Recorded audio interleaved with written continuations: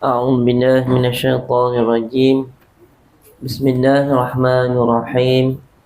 السلام عليكم ورحمة الله تعالى وبركاته.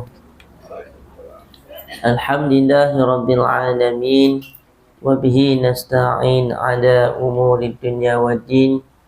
صلاة وسلاما دائمين متلازمين على حبيبنا مصطفى محمد صلى الله عليه وسلم وعلى آله وصحبه أجمعين. سبحانك لا علم لنا إلا ما علمتنا إنك أنت العليم الحكيم. رب اشرح لي صدري ويسر لي أمري واحلل عقدة من لساني يفقهوا قولي ولا حول ولا قوة إلا بالله العلي العظيم. أما بعد. قال الله تعالى: أعوذ بالله من الشيطان الرجيم. ومن أحسن قولا ممن دعا إلى الله وعمل صالحا وقال إنني من المسلمين. صدق الله العظيم. Yang berusaha pengurusi surah An-Nasriyah, seluruh jawatan kuasa,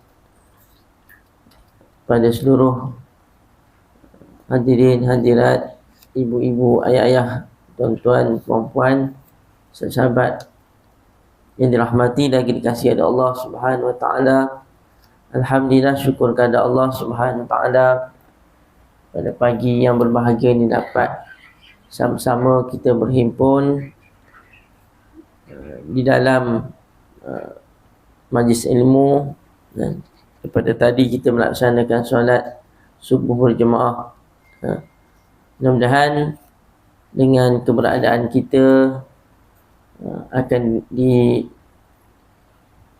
oleh Allah Subhanahu wa taala, diberi ganjaran, diberi keberkatan dan rahmat kepada Allah Subhanahu wa taala. Mudah-mudahan apa yang kita usahakan menjadi amal soleh, amal yang akan memberi syafaat kita di akhirat nanti, insya-Allah. Tuan-tuan, puan-puan, hadirin-hadirat yang dirahmati dan dikasihi oleh Allah Subhanahu wa taala, bagi meneruskan pengajian kitab hadis, iaitu Riyadhus Shalihin min kalamil Sayyidil Mursalin, Syekh Islam Muhyiddin Abi Zakaria Yahya bin Syaraf An-Nawawi. Bersama-sama kita memulakan majlis dengan bersama-sama baca umul kitab, dan kita hadiahkan kepada junjungan Nabi kita Nabi Muhammad sallallahu alaihi wasallam, kepada ahli keluarga, baginda, para sahabat, para tabi'an, para tabi'an, salafus salih, alim-alim ulama, daripada seluruh muslimin dan muslimat yang telah kembali ke rahmatullah. Al-Fatihah. A'udzu billahi minasyaitonir rajim. Bismillahirrahmanirrahim. Alhamdulillahirabbil alamin. Ar-Rahmanir Rahim. Maliki yaumiddin. Iyyaka na'budu wa iyyaka nasta'in. Ihdinas siratal mustaqim. Siratal ladzina an'amta 'alaihim ghairil maghdubi 'alaihim waladdallin.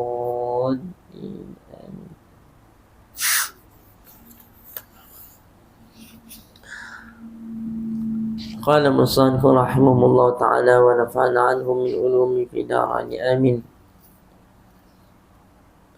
Hadis yang pertama, kita baca hadis pertama dalam tajuk bab tentang jujur. Itu kita dah baca dah yang firman Allah SWT. Masuk hadis pertama. An hadatsana an ibni Mas'udin radhiyallahu anhu anin Nabi sallallahu alaihi wasallam qala: Inna as-sidqa yahdi ila al-birr wa innal birra yahdi ila al-jannah wa innar rajula la yasduqu hatta yaktuba 'inda Allahi sadiqan wa innal kadhiba yahdi ila fujur wa innal fujura yahdi ila an-nar wa inna rajula la yakdzibu hatta yuktaba 'inda Allahi kadzaban. Muttafaqun alaih. dari Ibnu Mas'ud radhiyallahu anhu, dari Nabi SAW, beliau bersabda, sesungguhnya benar, jujur itu membawa kepada kebaikan, dan sesungguhnya kebaikan itu membawa ke syurga. Seseorang itu akan selalu bertindak benar, jujur, sehingga ia ditulis di sisi Allah sebagai orang yang sangat benar, yakni jujur. Dan sesungguhnya dusta itu membawa kejahatan, dan sesungguhnya kejahatan itu membawa ke neraka. Seseorang akan selalu berdusta sehingga ia ditulis di sisi Allah sebagai pendusta. Riwayat Bukhari dan Muslim. Ya. Jadi dalam hadis ni, ya, Nabi SAW mengingatkan kepada kita, ya, tentang kepentingan bersikap jujur, ya, ataupun benar, ya. Kerana ia merupakan akhlak yang baik, ya, akhlak yang terpuji bagi seseorang Muslim, ya. Dan Nabi sendiri menunjukkan akhlak yang baik, ya, akhlak baik dengan mempamerkan sifat kejujuran yang ada pada Nabi SAW, ya.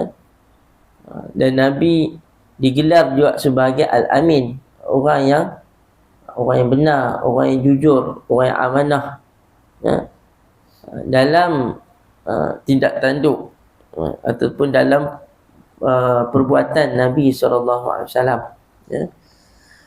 Baik percakapan Nabi maupun perbuatan Nabi, ya, segala-galanya benar, ya. Jadi walaupun orang kata bercakap benar tu, walaupun benda tu benda yang pahit, ya, pahit tu dari sudut orang tidak boleh menerima, kan? Apa nak menerima? Mungkinlah salah, mungkinlah orang tak suka, kan?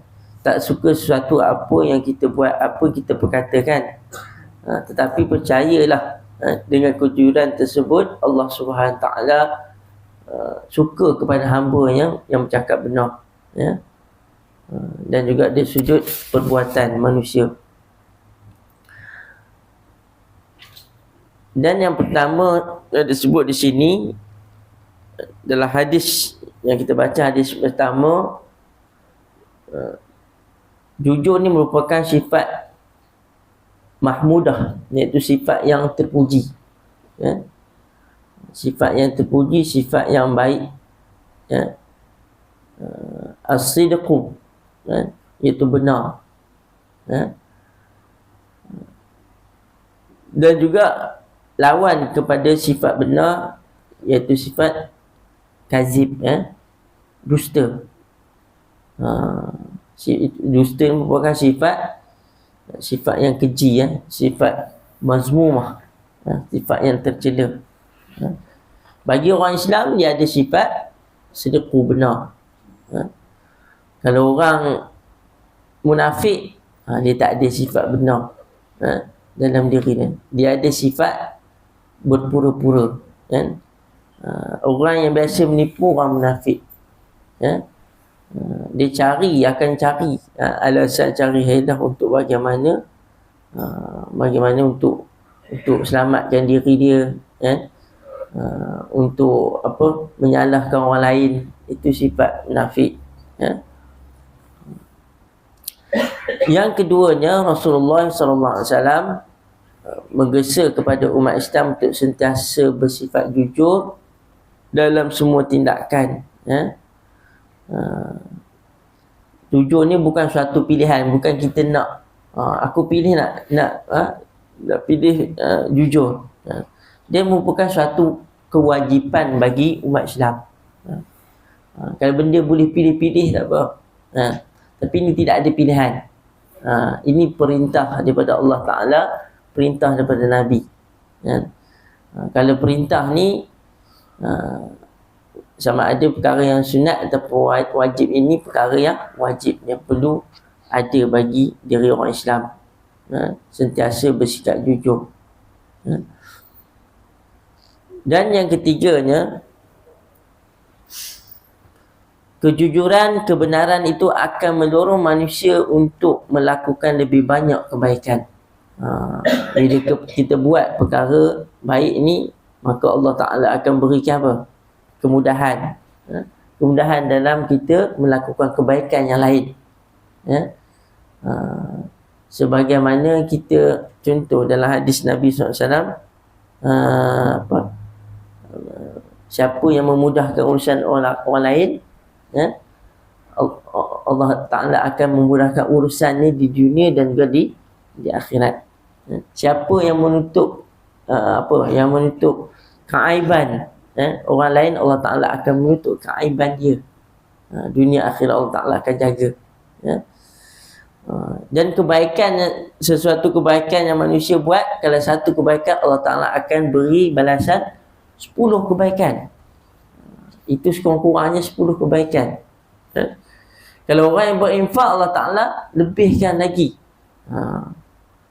Maknanya bila kita buat baik, Allah Ta'ala akan lorongkan kita untuk apa? Untuk kita buat perkara baik.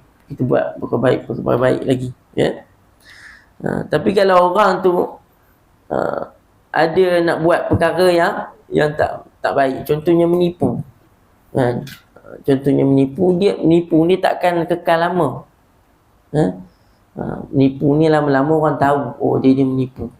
Kalau sekali dia lepas, 2 kali lepas, 3, 4 kali, dia takkan terlepas. Orang tahu dia menipu.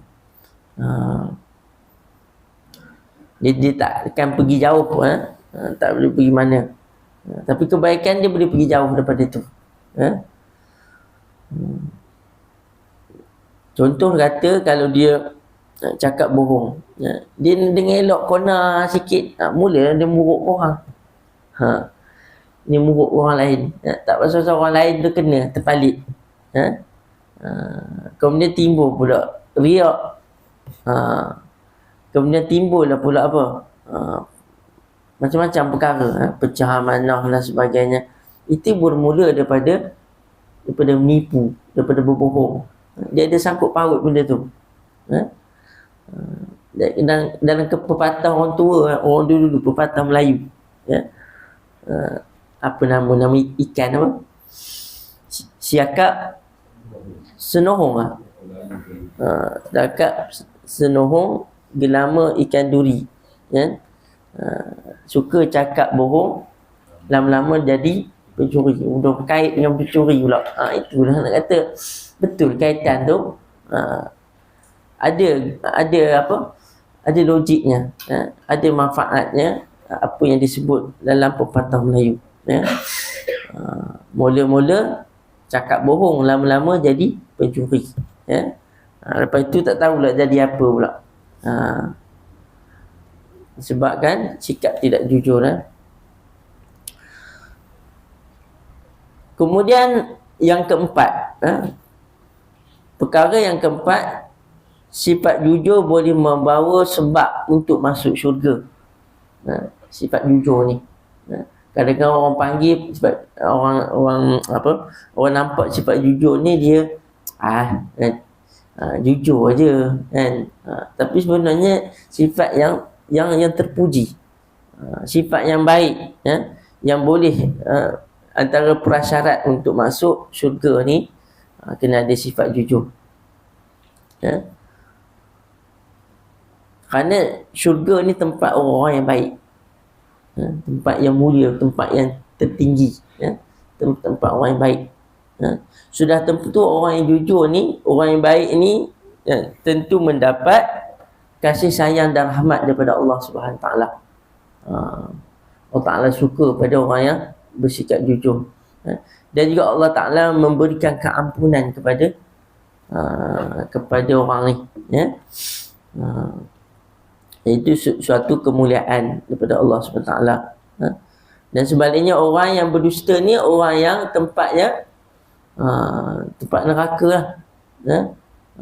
Sebagaimana sabda Nabi SAW, ya. Selalu kita dengar hadis ni, ya. Yang Nabi larang untuk berdusta dengan apa? Dengan menggunakan atas nama Nabi, ya. Man kadzaba alayya muta'ammidan falyatabawwa'u maq'adahu minan nar. Ya. Sesiapa yang berdusta atas nama aku, kan? Atas nama aku maknanya disandarkan nama aku. Siapa berdusta. Kita ini dalam hadis Nabi ada sebut. Dia tak sebut hadis, dia kata Nabi sebut benda ni, ya. Nak membenarkan kata-katanya. Falyatabawwa'u maq'adahu minan nar. Maka akan disiapkan tempatnya di dalam neraka. Ya, Nabi bagi amarannya kepada orang yang berdusta atas nama Nabi SAW, ya. Maknanya benda ni penting, sangat penting, ya.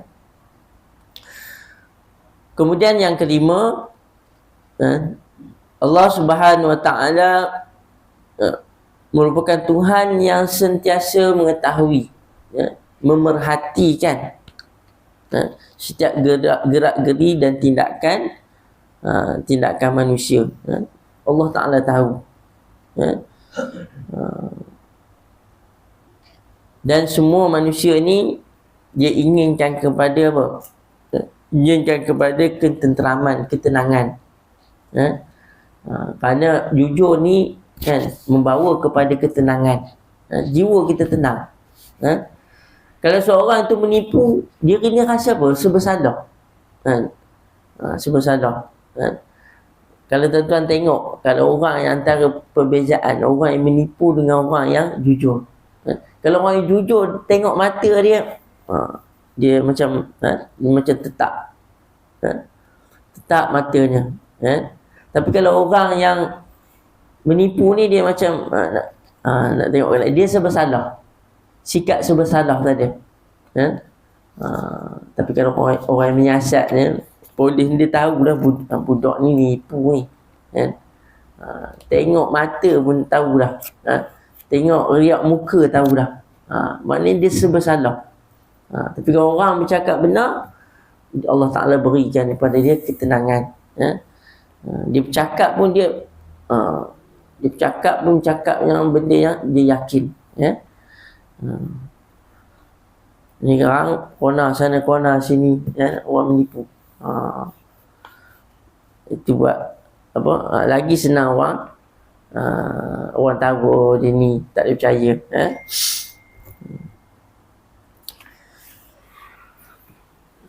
Itu hadis yang pertama. Hadis yang kedua, ya. Wa an Abi Muhammadin Al-Hasan ibn Ali ibn Abi Talib radhiyallahu anhuma qala hafiztu min Rasulillah sallallahu alaihi wasallam da' ma yuribuka ila ma la yuribuka fa inna sidqa tama'ninah wal kadhiba ribah rawahu Tirmizi hadisun sahih. Dari Abu Muhammad Al-Hasan bin Ali bin Abu Talib radhiyallahu anhu berkata, radhiyallahu anhuma berkata, ya, kedua-duanya, ya, saya menghafal dari Rasulullah sallallahu alaihi wasallam, maknanya dia hafal apa yang diucapkan oleh Nabi sallallahu alaihi wasallam, ya. Ni kalimah ni apa yang dipesan oleh Nabi SAW. Tinggalkanlah apa yang kamu ragukan, dan kerjakanlah apa yang tidak kau ragukan. Sesungguhnya jujur itu menimbulkan ketenangan dan dusta itu menimbulkan kebimbangan, ya. Mana dalam hadis yang pendek tapi memberi pengajaran yang cukup besar, ya. Pada Nabi SAW ingatkan, tinggalkanlah apa yang kau ragukan, benda yang ragu-ragu, benda yang ragu-ragu kita tak pasti, benda tu kita tinggalkan, ya. Sehingga kita yakin, ya, perkara tersebut perkara yang perkara yang benar-benar pasti. Dan kerjakanlah apa yang tidak kau ragukan.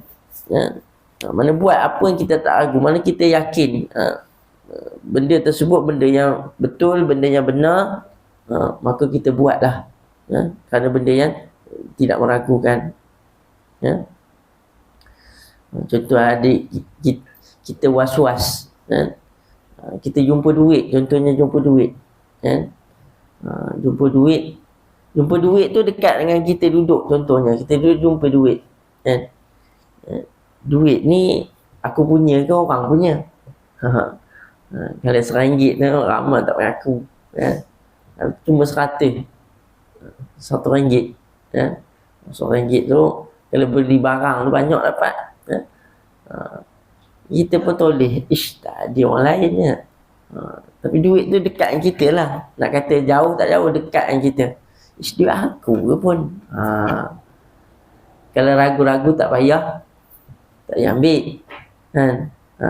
Tapi kalau yakin tu duit kita, contohnya duit tu jatuh dekat kita, contoh kita ingat, tadi aku dah bawa 100, dalam perkataan aku nak solat, cek poket, tak ada 100 aku, betul lah duit dia, tapi kalau dia fikir, ada ke aku buat duit, kebetulan duit tu ada duit 100, siapa punya ni, siapa punya, aku punya kot, aku punya, tak kena lah.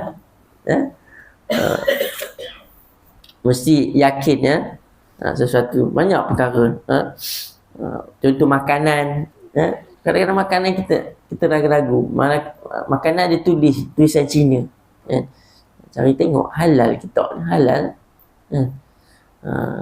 makanan tu kadang-kadang makanan tu benda apa, benda contohnya coklat ke, kek ke apa, tengok tak ada tanda halal, kalau kita ragu-ragu tak payahlah kita makan, tinggalkan apa yang meragukan, kerjakan apa yang kita tidak ragu pun, benda yang yakin. Dia boleh jadi ragu-ragu ni dia perkara yang hampir kepada haram, hampir kepada yang haram, kita takut kita termakan benda yang haram, benda yang syubhah, jadi syubhah, jadi darah daging, itu tak mau kita tinggalkan. Yang ketiga, hadis yang ketiga, wa an Abi Sufyan Sakhr bin Hazb radhiyallahu anhu fi hadithihi at-tawil fi qissati Hercules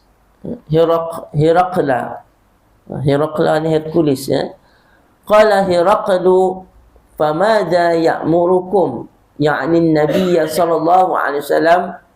Qala Abu Sufyan qultu yaqul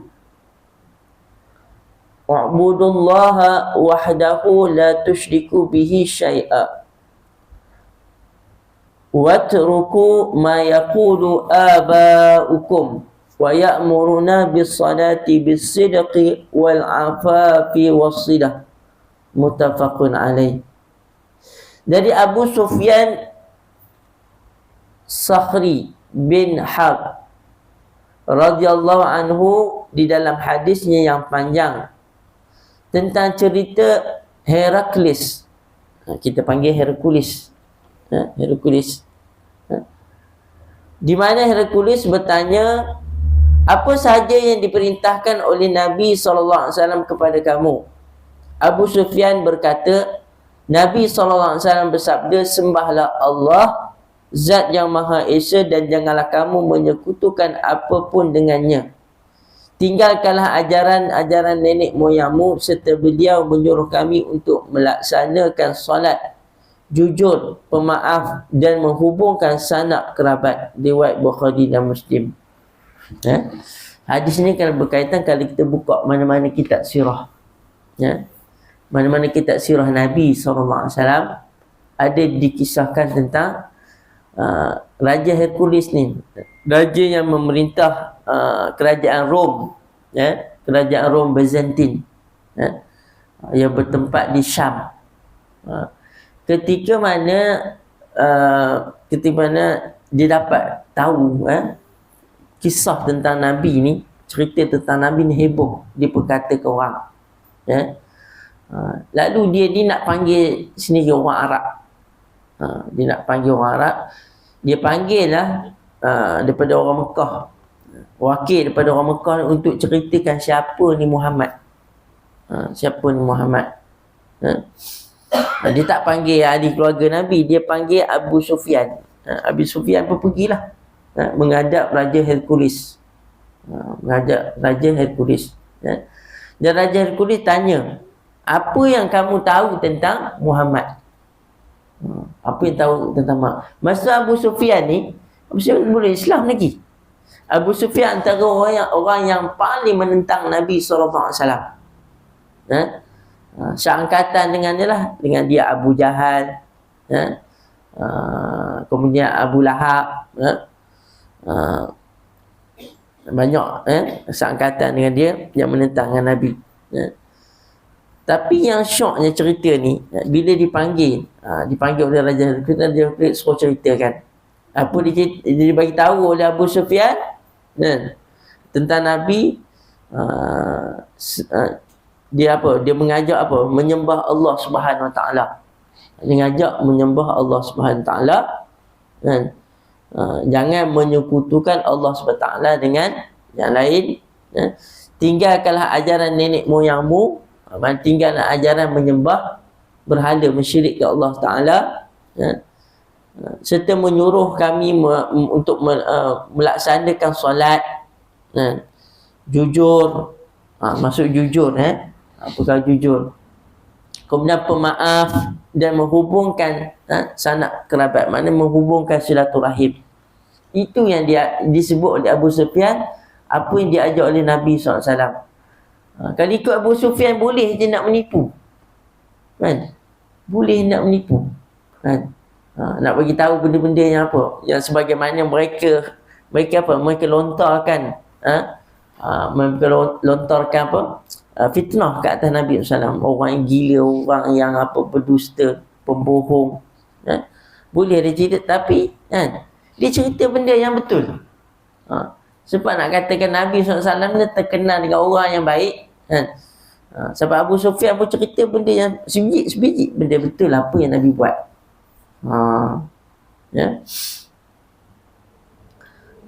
Mana diakui, maknanya akhlak yang baik Nabi ni diakui bukan sahaja orang Islam, tetapi musuh-musuhnya mengakui tentang kebaikan dia, kejujuran dia.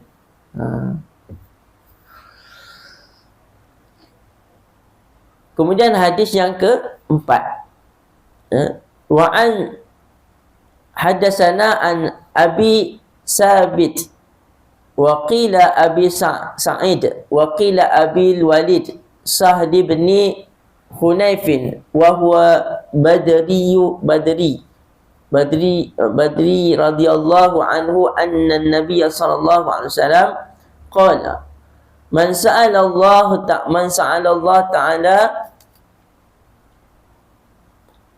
asy-syahadah bisidqin ballaghahu Allahu manazil asy-syuhada wa in mata ala firashihi, rawahu Muslim. Jadi Abu Sabit, ada yang mengatakan Abu Sa'id, ada pula yang mengatakan Abdul Walid Sahd bin Hunayf. Dia adalah ahli Badar radhiyallahu anhu. Dia adalah ahli Badar, orang yang menyertai peperangan Badar. Hebat orang ahli Badar ni. Maknanya mereka ni diterima segala amalan keampunan mereka.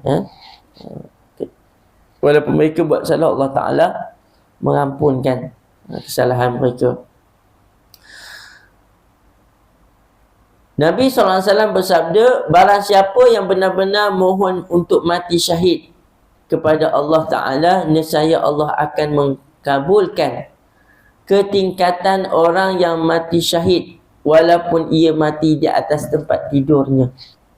riwayat Muslim. Ini Nabi nak ajar kepada kita, kan? Mana kita nak mati syahid. Kita nak mati syahid, maknanya mati syahid ni walaupun nyata orang yang mati syahid ni orang yang betul-betul benar berjuang, terbunuh di jalan Allah Subhanahu Taala, dia mati syahid. Dan juga nak dapat pahala ganjaran sama macam orang yang mati syahid tersebut, maka kena sentiasa kena memohon pada Allah Subhanahu Taala, kena minta pada Allah Taala, mudah-mudahan pahala tu, pahala sebagaimana orang mati syahid tu dapat dekat kita. Walaupun kita ni tidak berjuang, tidak berperang menentang musuh, tapi walaupun di atas katil boleh mendapat ganjaran syahid, mana sekurang-kurang niat gitu, niat Allah Ta'ala akan memudahkan, akan memberi ganjaran. Itu kehebatan niat ni, kehebatan niat, dan boleh doa, antara doa dia, Allahumma inni as'aluka syahadah fi sabilik, wala takunu syahada illa biqitali takunu kalimatullahi hiyal ulia. Ya Allah, ya Tuhanku, anugerahkan aku mati syahid di jalanmu, dan janganlah mati syahid itu melainkan dengan terbunuh, ditakunu kalimatul hiyal ulia. Mana sekurang-kurangnya kita mati ni dalam kita untuk meninggikan kalimah Allah Subhanahu Wa Taala. Jadi niat, macam orang nak mati di Mekah, tak semua orang dapat mati di Mekah. Ada boleh doa macam tu, doa nak mati di Mekah, tempat baik, boleh, boleh nak mati tempat baik, tak ada masalah. Jangan orang minta orang nak doa macam tu, janganlah minta mati, janganlah minta mati, susah aku nanti kat sana. Kalau rezeki dia dapat mati sana, alhamdulillah lah, Allah Ta'ala perkenankan. Ada orang dia doa begitu, bukan ada sakit apa pun, tapi mati meninggal sana tempat yang baik. Dan ada orang mati, dia suruh wasiat kat anak dia, apa abah mati ke sana nanti, kalau mati sana, wasiatnya apa? Suruh bawa balik. Suruh balik. Jangan, di tempat yang baik tu Allah Ta'ala dah jamin dah, Nabi dah jamin mati di sana tu, dapat syurga, bawa balik. Itu tak kena. Jadi kita masih ada cita-cita, walaupun tak dapat berjuang, tapi mati sebagaimana mati orang yang mati syahid. Kemudian hadis yang kelima, wa an Abi Hurairah radhiyallahu anhu qala Rasulullah sallallahu alaihi wasallam, uzai nabiyyun minal anbiya'i salawatullahi wa salamuhu alaihim, faqala li qaumihi la yatba'ni rajulun malaka bud'a imra'atin wa huwa yuridu an yabniya biha walamma yabni biha wala ahadun bana buyutan lam yarfa' suqufaha wala ahadun ishtara ghanaman aw khadifat wa huwa yantaziru awladaha faghaza fadana minal qaryati salatul asri aw qariban min zalika faqala lisyamsi innaka ma'murah wa ana ma'mur Allahumma habisha alaina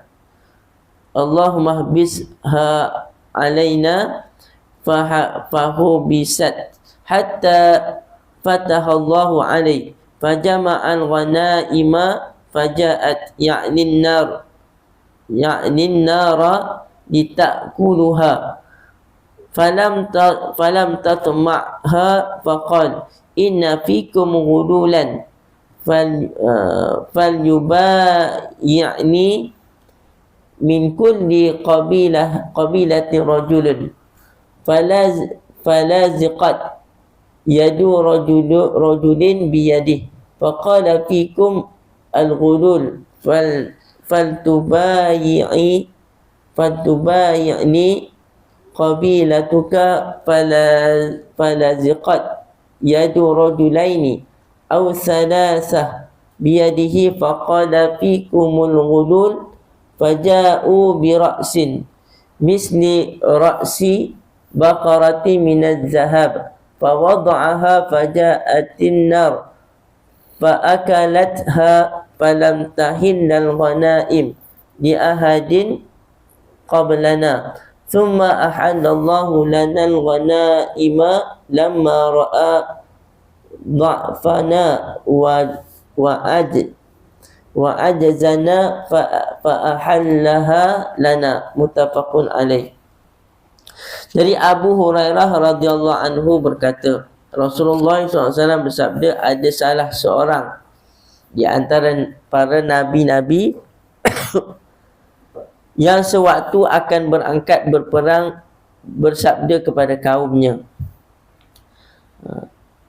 Mana ada salah seorang di antara para nabi-nabi yang sewaktu akan berangkat berperang bersabda kepada kaumnya, janganlah mengikuti kami seseorang yang baru kahwin, yang mana ia belum sempat berkumpul dengan isterinya sedangkan ia ingin berkumpul dengan isterinya. Janganlah mengikuti kami seseorang yang membangun rumah sedangkan ia belum selesai membangunnya. Dan janganlah mengikuti kami seseorang yang baru membeli kambing atau unta yang sedang menunggu kelahiran anaknya. Kemudian Nabi itu berangkat berperang, dan ketika mendekati sebuah dusun, kira-kira menjelang waktu asar, maka Nabi itu berkata kepada matahari, wahai matahari, sesungguhnya kamu itu diperintah dan saya juga diperintah. Wahai Allah, tahanlah ia untuk membantu kami. Maka tertahanlah matahari itu sehingga Allah memberikan kemenangan kepada Nabi itu. Kemudian Nabi mengumpulkan barang-barang rampasan perang dan menyalakan api untuk membakarnya. Tetapi itu tidak mahu membakarnya. Maka Nabi itu bersabda, sesungguhnya ada di antara kamu sekalian yang tidak ikhlas, maka setiap kelompok harus mengirimkan seorang laki-laki untuk berbai'ah kepadaku. Maka ada salah seorang yang tangannya melekat, yakni tidak bisa dilepaskan dengan tangan Nabi itu. Maka Nabi itu berkata, di dalam kelompokmu ada orang yang tidak ikhlas, maka semua orang dalam kelompokmu harus berbai'ah denganku, kepadaku. Kemudian melekatlah tangan dua atau tiga orang dengan tangan Nabi itu. Maka beliau bersabda, kamulah yang ikhlas, kamulah yang tidak ikhlas. Tangan melekat, bila salam dengan Nabi tangan melekat, maka menunjukkan orang itu tidak ikhlas. Nabi tahulah.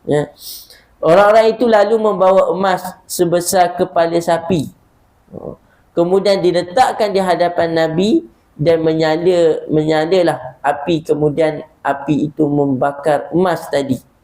Oleh kerana itu barang-barang rampasan perang tidak halal bagi seseorang sebelum kami. Kemudian Allah menghalalkan barang-barang rampasan itu bagi kami, di mana Allah melihat kelemahan kami. Jadi kerana kami ini lemah, maka Allah menghalalkan barang rampasan itu bagi kami. Ini kisahnya. Kisah Nabi-Nabi terdahulu. Kemudian yang ke-6, wa an Khalidin Hakim ibn Hazam radhiyallahu anhu aslama amal fath wa abuhu min sadati Quraisyin jahiliyatan wa islaman. Qala Rasulullah sallallahu alaihi wasallam, al-bay'ani wal khiyari ma lam yatafarraqa fa in sadaqa wa fa in sadaqa wa baina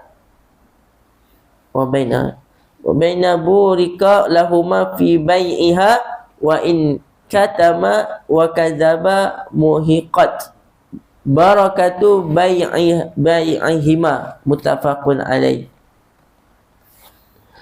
Dari Abu Khalid Hakim bin Hizam radhiyallahu anhu, ia masuk Islam sewaktu penaklukan Mekah.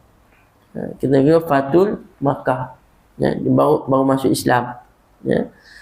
Sedangkan ayahnya termasuk tokoh Quraisy baik pada zaman jahiliyah maupun setelah masuk Islam.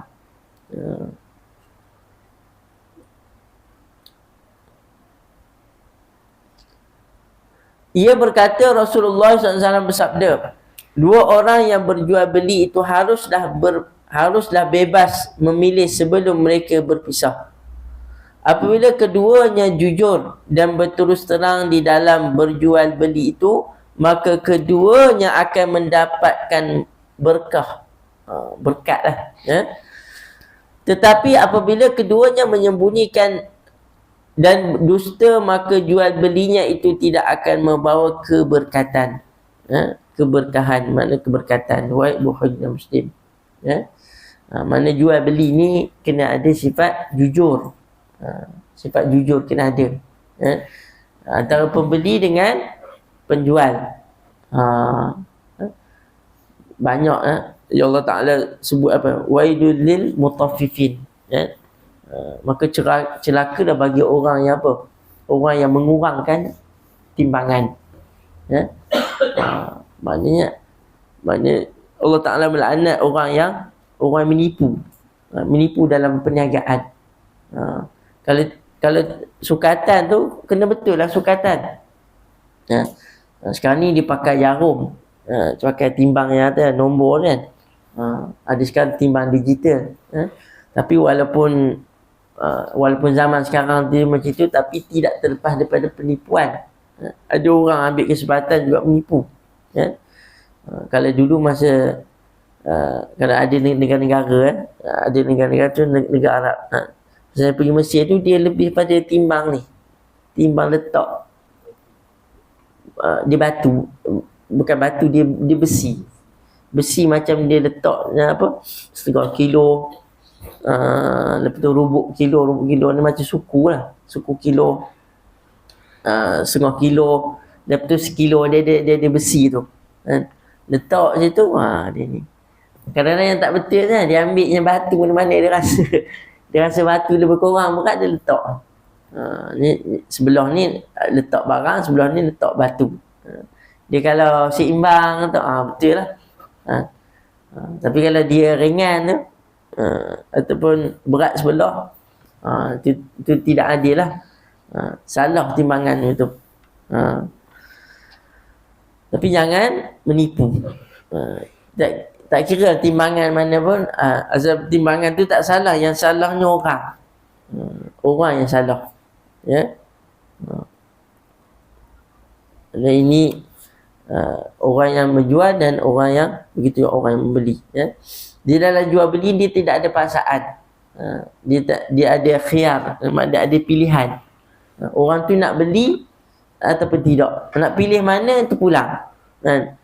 Jangan dipaksa. Dan dipaksa bagi dia barang yang tak apa elok. Elok ni dia tuan ni kedai tu tolong bungkus. Dia tak boleh. Itu dia mungkin dia ambil kesempatan, dia ambil barang-barang yang tak apa elok, dia jual. Jadi bagi orang yang nak membeli tu, dia ada pilihan dia. Kalau barang tu tak elok, boleh tukar. Dia patah balik, dia tukar. Boleh tukar. Mana tak boleh kata, mana boleh dah beli dah, tak boleh pulang. Tak ada. Dalam Islam dia boleh tukar barang tu, sebab barang tu rosak. Tapi janganlah lama. Kalau barang makan tak boleh lah esok lusa baru nak tukar, nak ada busuk pun kan.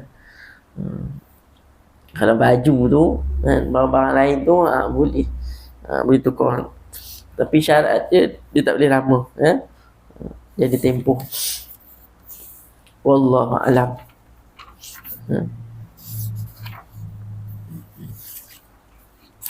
Hadis ada 6 je, habis bab jujur.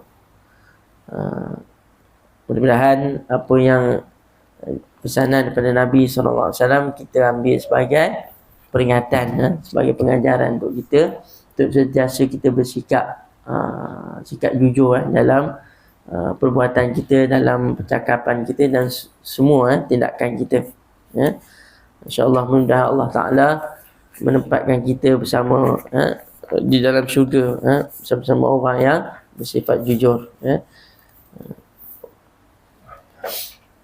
Allah alam. Aku qala hadza wa astaghfirullahal azim wa lakum. Assalamualaikum warahmatullahi taala wabarakatuh. A'udzu billahi minasyaitonir rajim. Bismillahirrahmanirrahim. Alhamdulillah rabbil alamin hamdan wa fil mulki mazidah ya rabbana lakal hamdu kama yanbaghi li jalali wajhika 'azimi sultan. Allahumma futal 'arifin warzuqna faman nabina wa zal musani wal malaikatil muqarrabin bi rahmatika ya arhamar rahimin. Allahumma faqihna fid din wa 'allimna ta'wil ihdinas siratal mustaqim siratal ladzina an'amta 'alaihim minan nabiyina was-siddiqin wasyuhada'i was-shalihin wa sallallahu أولئك رفيقا يا المرحمين وصلى الله على سيدنا محمد وعلى آله وصحبه وسلم. الحمد لله رب العالمين. تقبل الله منكم.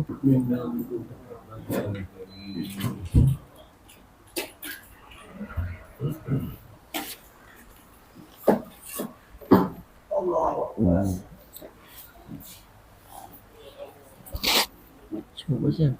Semua siap. Apa? Semua siap. Ini bersih.